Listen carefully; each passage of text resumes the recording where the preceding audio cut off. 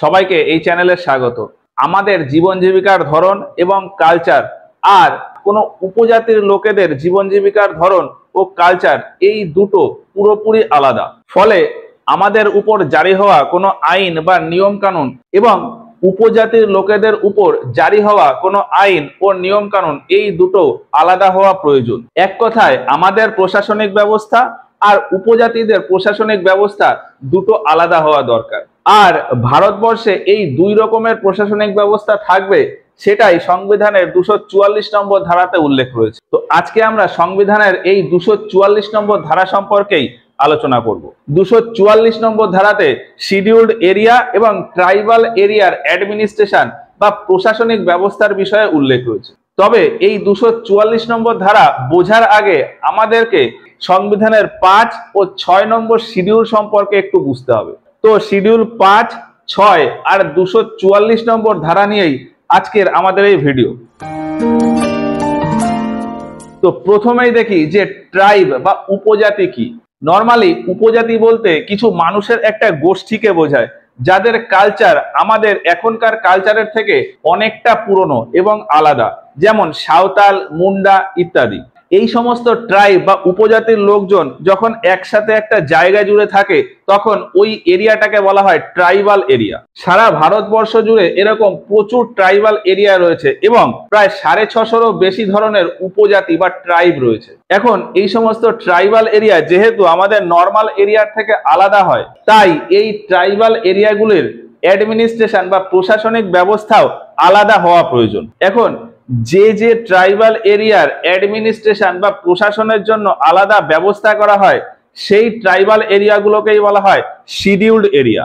আর সারা ভারত জুড়ে এই scheduled এরিয়াগুলির administration বা প্রশাসন কেমন হবে সেই বিষয়েই সংবিধানের 5 ও 6 নম্বর শিডিউলে উল্লেখ রয়েছে। এবার বিভিন্ন ট্রাইবাল এরিয়াগুলির ভিতর কোনটা শিডিউলড এরিয়া হবে তারও কিছু কন্ডিশন আছে। যেমন কোনো একটা ট্রাইবাল এরিয়া যার বেশিরভাগ লোকই উপজাতি বা ট্রাইব, এই যে এখানে লিখেছি ম্যাক্সিমাম ট্রাইবাল পপুলেশন, মানে ওই এরিয়ার বেশিরভাগ লোকই উপজাতি।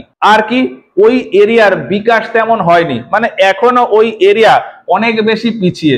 এই যে লিখেছি আন্ডার ডেভেলপড এরিয়া, মানে ওই এরিয়াটা বিকাশের দিক থেকে অনেক পিছিয়ে। এছাড়া আরো একটা কন্ডিশন আছে যে ওই এরিয়ার লোকজন যদি অর্থনৈতিক দিক থেকেও পিছিয়ে থাকে এবং তাদের জীবন জীবিকার ধরন মানে স্ট্যান্ডার্ড অফ লিভিং সেটিও বর্তমানের তুলনায় অনেক নিচু মানের, মানে লোয়ার স্ট্যান্ডার্ড অফ লিভিং। কোনো একটা এরিয়ার ভেতরে যদি এই সমস্ত কন্ডিশন দেখা যায় তাহলে ওই এরিয়াটাকে শিডিউলড এরিয়া বলে ঘোষণা করা হয়। এবার কোনো একটা রাজ্যের কোনো একটা জেলার ভিতর কোন এরিয়াটাকে শিডিউলড এরিয়া বলে ঘোষণা করা হবে সেটা ঠিক করবে প্রেসিডেন্ট। এবার রাষ্ট্রপতি তো আর জেলায় জেলায় ঘুরে দেখবে না যে কোথায় ট্রাইবাল এরিয়া রয়েছে। এক্ষেত্রে কোনো একটা জেলার যে ডিএম মানে ডিস্ট্রিক্ট ম্যাজিস্ট্রেট, তার কাছেই তথ্য থাকে যে তার এরিয়ার ভেতরে কতগুলি শিডিউলড এরিয়া রয়েছে বা কত ধরনের ট্রাইব রয়েছে বা ট্রাইবাল পপুলেশন কত, এই সমস্ত। তবে সত্যি কথা বলতে গেলে কোনো একটা জেলার ভেতরে কোথায় কি আছে খুঁটিনাটি সমস্ত তথ্য ডিএম এর কাছেও থাকে না। কিন্তু কোনো একটা জেলার ভেতরে যদি নতুন কিছু ডিসকভারি হয় সেই তথ্য প্রথমেই চলে আসে ডিএম এর কাছে। আর এই নতুন তথ্য সংগ্রহ করার জন্য ডিএম বিভিন্ন লোক লাগিয়ে রাখে বা বিভিন্ন অথরিটি সেই সমস্ত তথ্য ডিএম কে দেয়। যেমন পুলিশের কাছে তার এরিয়ার সমস্ত তথ্য থাকে যে কোথায় কি হচ্ছে, কোথায় কি আছে বা কোথায় কি নতুন ডিসকভারি হলো। এবার ধরলাম যে কোনো একটা জেলার ভেতর কোনো একটা এরিয়াতে কিছু ট্রাইবাল পপুলেশন রয়েছে যেটা সম্পর্কে এর আগে কেউ জানতো না। তাহলে যখনই এই খবরটা পাওয়া যাবে যে ওখানে কিছু ট্রাইবাল পপুলেশন রয়েছে ওই এরিয়াতে, সেই খবরটা প্রথমেই চলে যাবে ওই এরিয়া যে থানার আন্ডারে সেই থানাতে। এবার ওই থানাটা প্রাথমিকভাবে একটা খোঁজ খবর নিয়ে ডিএম এর কাছে সংবাদ পাঠায় যে এই এরিয়াতে কিছু ট্রাইবাল পপুলেশন রয়েছে। ডিএম তারপর নিজের মতো করে একটা ইনভেস্টিগেশন করে ওই এরিয়ার ট্রাইবালদের অবস্থা নিয়ে এবং ফাইনালি একটা রিপোর্ট পাঠায় ওই রাজ্যের মুখ্যমন্ত্রী বা চিফ মিনিস্টারকে। চিফ মিনিস্টার তারপর সেই রিপোর্টটা পাঠায় রাজ্যপালকে, রাজ্যপাল ওই রিপোর্টটা পাঠায় রাষ্ট্রপতিকে, তারপর রাষ্ট্রপতি ওই রিপোর্টটা দেখে ফাইনালি একটা পাবলিক অর্ডার জারি করে ওই এরিয়াটাকে শিডিউলড এরিয়া বলে ঘোষণা করে। এটা তো গেল শিডিউলড এরিয়ার ব্যাপারে। এবার কখনো দেখা যায় যে কিছু ট্রাইব রয়েছে যারা কোনো পার্টিকুলার এরিয়াতে নেই, নর্মালি আমাদের সাথেই মিশে থাকে, কিন্তু তাদের কালচার আমাদের থেকে অনেক আলাদা। ফলে তারা আমাদের সাথে যে এরিয়াতে থাকে সেই এরিয়াটাকে শিডিউল্ড এরিয়া ঘোষণা না করে পার্টিকুলার ওই উপজাতি বা ট্রাইবটাকে শিডিউল্ড ট্রাইব বলে ঘোষণা করা হয়। এবার সারা ভারত জুড়ে এরকম প্রচুর শিডিউল্ড এরিয়া এবং শিডিউল্ড ট্রাইব রয়েছে। এর ভেতর বেশিরভাগই আমাদের সাধারণ জীবন জীবিকার সাথে মানিয়ে নিচ্ছে বা মানিয়ে নিতে চাইছে, অর্থাৎ তারা নিজেদেরকে পরিবর্তন করতে চাইছে। কিন্তু এমনও কিছু ট্রাইব ও শিডিউল্ড এরিয়া রয়েছে যেখানের মানুষজন বর্তমানের সাথে মানাতে চায় না, শুধুমাত্র তাদের কালচার ও তাদের এরিয়া নিয়েই থাকতে চায়। যেমন আসাম, মেঘালয়, ত্রিপুরা আর মিজোরাম। দেখা গেছে যে এই চারটে রাজ্যে যে শিডিউল্ড এরিয়া এবং শিডিউল্ড ট্রাইব রয়েছে তারা অনেক বেশি পিছিয়ে। ফলে সারা ভারত জুড়ে শিডিউল্ড এরিয়ার ক্ষেত্রে প্রশাসনিক ব্যবস্থা এবং এই চারটি রাজ্যের শিডিউল্ড এরিয়া ও শিডিউল্ড ট্রাইবদের প্রশাসনিক ব্যবস্থা একটু আলাদা। ওই জন্যই এই চারটি রাজ্যে যে শিডিউল্ড এরিয়াগুলি রয়েছে তার প্রশাসনিক ব্যবস্থা নিয়ে লেখা রয়েছে সংবিধানের 6 নম্বর শিডিউলে। এবং এই চারটি রাজ্য ছাড়া সারা ভারত জুড়ে আরো যে শিডিউল্ড এরিয়াগুলি রয়েছে তার প্রশাসনিক ব্যবস্থা নিয়ে লেখা রয়েছে সংবিধানের 5 নম্বর শিডিউলে। এবার এই শিডিউল্ড এরিয়ার প্রশাসনিক ব্যবস্থা আলাদা হবে মানে কিরকম, খুব সিম্পল একটা উদাহরণ দিই তাহলে বুঝতে পারবো। মুসলিম কমিউনিটিতে রিচুয়ালস আছে যে কোনো ব্যক্তি মারা গেলে তার দেহ কবর দিতে হয়। এখন কেন্দ্র সরকার বা সংসদ থেকে হয়তো নির্দেশ দেওয়া হলো যে শুধুমাত্র নির্দিষ্ট কবর স্থানেই কবর দিতে হবে। কারোর বাড়িতে হয়তো জায়গা আছে বা কোনো ফ্যামিলি ওই মৃত ব্যক্তির স্মৃতিতে হয়তো ওই ফ্যামিলির আশেপাশে কোথাও একটা কবর দিয়ে দিল, এরকমটা করা যাবে না। এখন পুলিশ ও পঞ্চায়েত বা পৌরসভার দায়িত্ব হলো এই বিষয়টা নিয়ে মানুষকে সচেতন করা এবং এই রকমের ঘটনা যাতে না হয় সেই দিকে লক্ষ্য রাখা। এটাই হলো প্রশাসন বা প্রশাসনিক ব্যবস্থা। এবার কোনো একটা শিডিউল্ড এরিয়াতে বা শিডিউল্ড ট্রাইবের ভিতরেই হয়তো রিচুয়ালস রয়েছে যে তাদের ভিতর কোনো মৃত ব্যক্তিকে তাদের বাড়ির উঠোনেই কবর দিতে হবে।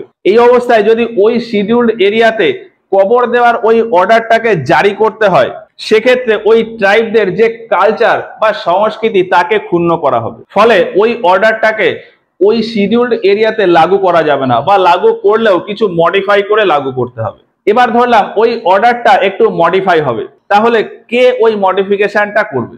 এর জন্যই সংসদে যে সমস্ত এমপিরা থাকেন বা রাজ্যের আইনসভাতে যে এমএলএ ও এমএলসিরা থাকেন তাদের ভিতরে শিডিউল্ড ট্রাইব কমিউনিটি থেকে যারা মেম্বার হন, সারা দেশের জন্য বা কোনো রাজ্যের জন্য যখন কোনো আইন বা নিয়ম কানুন তৈরি হয় তখন এই শিডিউল্ড ট্রাইব এমপি ও এমএলএ এরাই খতিয়ে দেখেন ওই অর্ডার বা অ্যাক্ট অনুযায়ী শিডিউল্ড এরিয়াতে কোনো প্রভাব পড়বে না তো, এবং শিডিউল্ড এরিয়াতে ওই আইনটা লাগু করার জন্য যদি কোনো মডিফিকেশন করতে হয় তাহলে ওই এমপিরাই সেটি রেকমেন্ড করে দেয়। এবং ফাইনালি ওই আইন বা অর্ডারে লেখা থাকে যে সারা ভারতের জন্য আইনটা এভাবে লাগু হবে এবং শিডিউল্ড এরিয়াগুলির জন্য আইনটা অন্য আরেকভাবে লাগু হবে। তো শিডিউল্ড এরিয়াগুলির প্রশাসনিক ব্যবস্থা আলাদা কিভাবে হবে সেটা আশা করি বোঝা গেল। এবারে একটা টার্ম আছে ট্রাইবাল অ্যাডভাইজারি কাউন্সিল বা টিএসি। এটা প্রত্যেকটা রাজ্যের কিছু এমএলএদের নিয়ে একটা গ্রুপ। কোনো একটা রাজ্যের ভেতর যে শিডিউল ট্রাইব এমএলএরা রয়েছে তাদের সংখ্যার 4 ভাগের 3 ভাগ সদস্যকে নিয়ে এই কাউন্সিলটা তৈরি হয়। আর এর মেম্বার সংখ্যা ম্যাক্সিমাম হতে পারে 20। মানে পশ্চিমবঙ্গে যেমন শিডিউল ট্রাইব এমএলএ এর সংখ্যা হলো 19 জন, তাহলে এর 4 ভাগের 3 ভাগ মানে 15 জন এমএলএ কে নিয়ে তৈরি হবে পশ্চিমবঙ্গের ট্রাইবাল অ্যাডভাইজারি কাউন্সিল। আবার ধরলাম যে অন্য কোনো একটা রাজ্যে শিডিউল ট্রাইব এমএলএ এর সংখ্যা হলো 32, তাহলে এর 4 ভাগের 3 ভাগ মানে 24 জন। এই 24 জন এমএলএ কে নিয়ে ট্রাইবাল অ্যাডভাইজারি কাউন্সিল তৈরি হওয়ার কথা, কিন্তু 24 জনকে নিয়ে হবে না। সেক্ষেত্রে 20 জন এমএলএ কে নিয়েই ওই রাজ্যের ট্রাইবাল অ্যাডভাইজারি কাউন্সিল তৈরি হবে। এবার এই কাউন্সিলের কাজটা কি? মহিলাদের অবস্থা আরো উন্নত করার জন্য বা মহিলাদের উপর কোনো খারাপ ঘটনা ঘটলে যেমন সাথে সাথেই চলে আসে ওমেন্স কমিশন বা মহিলা কমিশন, ঠিক সেই রকমই সারা দেশে শিডিউল ট্রাইবদের অবস্থা ঠিকঠাক আছে কিনা বা শিডিউল্ড এরিয়াতে কোনো সমস্যা হচ্ছে কিনা এই সব ব্যাপারে নজর রাখার জন্য থাকে হলো ট্রাইবাল অ্যাডভাইজারি কাউন্সিল। এছাড়া ওই যে আগে বললাম যে কোনো আইন তৈরি করতে হলে শিডিউলড এরিয়ার জন্য আলাদা করে আইন তৈরি করতে হবে, তাহলে কেন্দ্রের শিডিউল ট্রাইব এমপিরা যারা যে রাজ্যে থাকে সেই রাজ্যের ট্রাইবাল অ্যাডভাইজারি কাউন্সিলকে ওই আইনের ব্যাপারে বলেন। প্রত্যেকটা রাজ্যের ট্রাইবাল অ্যাডভাইজারি কাউন্সিল সেই রাজ্যের হিসাবে তাদের অ্যাডভাইস দেন এবং সেই অ্যাডভাইস গুলোকে কম্পাইল করে সংসদে শিডিউল ট্রাইব এমপিরা ওই আইনে মডিফিকেশন করে। আর রাজ্যের ক্ষেত্রে আইনসভাতে ট্রাইবাল অ্যাডভাইজারি কাউন্সিল ডাইরেক্টলি তার মতামত দেন। এবার কোনো একটা রাজ্যের ভিতর যে শিডিউলড এরিয়াগুলি রয়েছে বা যারা শিডিউলড ট্রাইব রয়েছেন তারা ঠিকঠাক আছে কিনা, তাদের উপর অ্যাডমিনিস্ট্রেশন ঠিকঠাক হচ্ছে কিনা সেটা দেখার দায়িত্ব হলো ওই রাজ্যের গভর্নর বা রাজ্যপালের। রাজ্যপাল ওই রাজ্যের ট্রাইবাল অ্যাডভাইজারি কাউন্সিল এবং প্রত্যেকটা জেলার ডিএম মানে ডিস্ট্রিক্ট ম্যাজিস্ট্রেটের কাছ থেকে শিডিউলড এরিয়াগুলির খবর নেন এবং ওই শিডিউলড এরিয়া ও শিডিউলড ট্রাইবগুলির সম্পর্কে একটা রিপোর্ট বানিয়ে প্রেসিডেন্টকে পাঠান প্রত্যেক বছর, বা প্রেসিডেন্ট যখন চান রাজ্যপাল তখনই রাষ্ট্রপতিকে সেই রিপোর্ট দিয়ে দেন। তো শুধুমাত্র আসাম, মেঘালয়, ত্রিপুরা, মিজোরাম এই চারটি রাজ্য ছাড়া সারা ভারত জুড়ে সমস্ত শিডিউলড এরিয়া ও শিডিউলড ট্রাইবদের অ্যাডমিনিস্ট্রেশন কিভাবে আলাদা হবে, ট্রাইবাল অ্যাডভাইজারি কাউন্সিল কি, এই সমস্ত বিষয় সংবিধানের 5 নম্বর শিডিউলে লেখা রয়েছে। এবার দেখি যে এই চারটে রাজ্যের অ্যাডমিনিস্ট্রেশনের জন্য কি প্রভিশন রয়েছে। তো চাইলে এর একটা স্ক্রিনশট নিয়ে নিতে পারো, তারপর বলি। আসাম, মেঘালয়, ত্রিপুরা, মিজোরাম এই চারটে রাজ্যে এমন কিছু শিডিউলড এরিয়া রয়েছে এবং তাতে এমন কিছু ট্রাইব রয়েছে যারা ভারতের অন্যান্য রাজ্যের ট্রাইবদের থেকে অনেক আলাদা এবং অনেক পিছিয়ে। তবে ভারতের ভেতর বাকি যারা শিডিউলড ট্রাইব রয়েছে তারা পিছিয়ে থাকলেও বর্তমান সমাজের সাথে মানিয়ে নেওয়ার চেষ্টা করে। কিন্তু এই চারটে রাজ্যের ভেতরে এমন কিছু ট্রাইব আছে যারা বর্তমান সমাজের সাথে কোনোভাবেই মানিয়ে চলতে চায় না।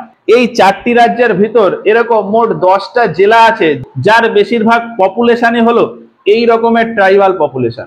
এর ভেতরে আসামে রয়েছে 3টে জেলা, north Cachar hill district, Karbi Anglong district, Bodoland and territorial area district. মেঘালয়ে রয়েছে 3টে জেলা, Garo hill district, Khasi hill district আর জয়ন্তিয়া হিল ডিস্ট্রিক্ট। ত্রিপুরাতে রয়েছে একটা জেলা, ত্রিপুরা ট্রাইবাল এরিয়া ডিস্ট্রিক্ট। আর মিজোরামেও রয়েছে 3টে district, Chakma district, Mara district আর লাই ডিস্ট্রিক্ট। এই 10টা জেলার স্পেশাল অ্যাডমিনিস্ট্রেশনের ব্যাপারেই সংবিধানের 6 নম্বর শিডিউলে উল্লেখ রয়েছে। এখানে বলা আছে যে এর ভেতরে যে শিডিউল এরিয়াগুলি রয়েছে তার প্রশাসনের দায়িত্বে থাকবে এই প্রত্যেকটি জেলার জেলা কাউন্সিল বা ডিস্ট্রিক্ট কাউন্সিল। তাহলে টোটাল ডিস্ট্রিক্ট কাউন্সিল হলো 10টি।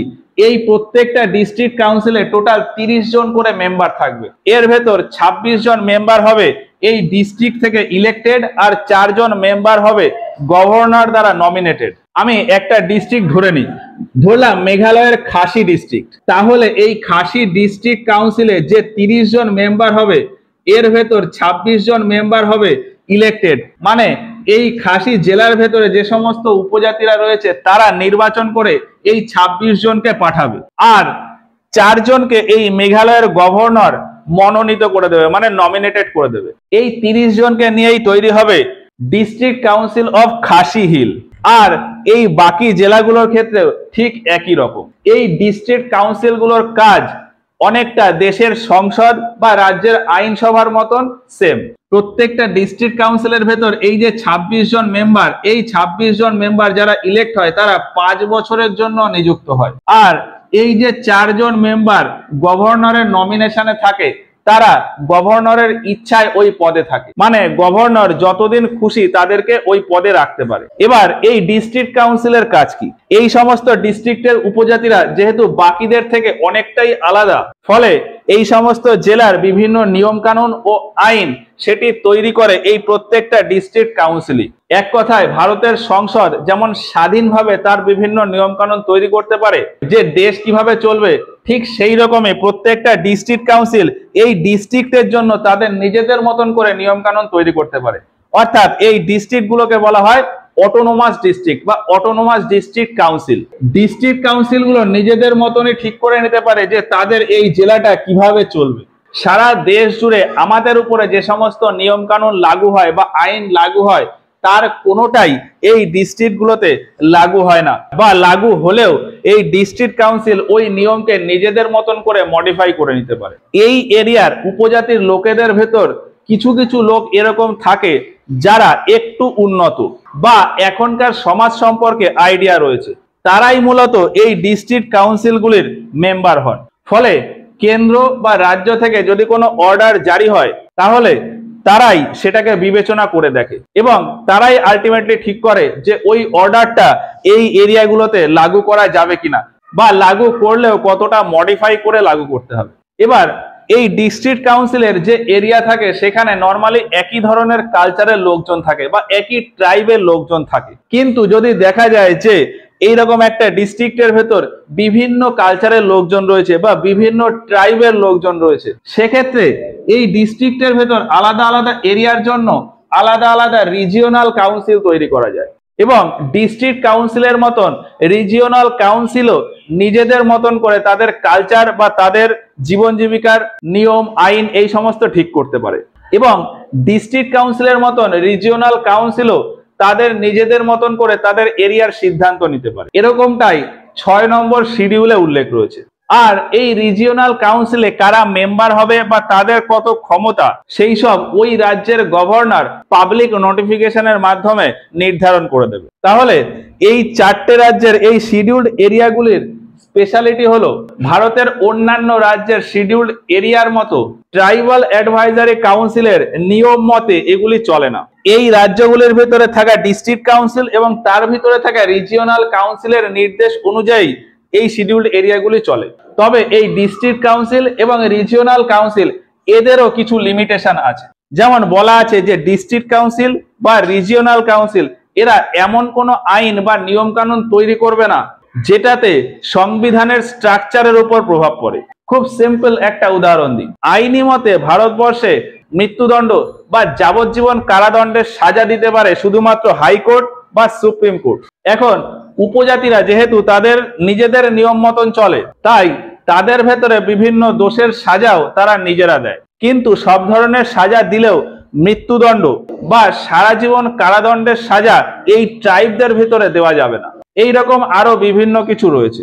আর গভর্নরের দিক থেকে সব সময় এই ডিস্ট্রিক্ট কাউন্সিল এবং রিজিওনাল কাউন্সিলে পরামর্শ দেওয়া হয় যে তারা যাতে তাদের ভিতরে থাকা উপজাতিদের আরো বিকাশ ও উন্নতি করতে পারে, আর এই সমস্ত ট্রাইবরা যাতে নিজেদের ইচ্ছায় নিজেদের আরো উন্নত করতে পারে, তাই তাদের এনকারেজ করার জন্য বিভিন্ন শিক্ষা প্রতিষ্ঠান, চাকরি, নির্বাচন এই সমস্ত জায়গায় শিডিউল ট্রাইবদের আলাদা করে রিজার্ভেশন দেওয়া হয় যাতে তারা খুব সহজেই সেই জায়গা থেকে বেরিয়ে আসতে পারে। তো মোটামুটি এই হলো 5 ও 6 নম্বর শিডিউল।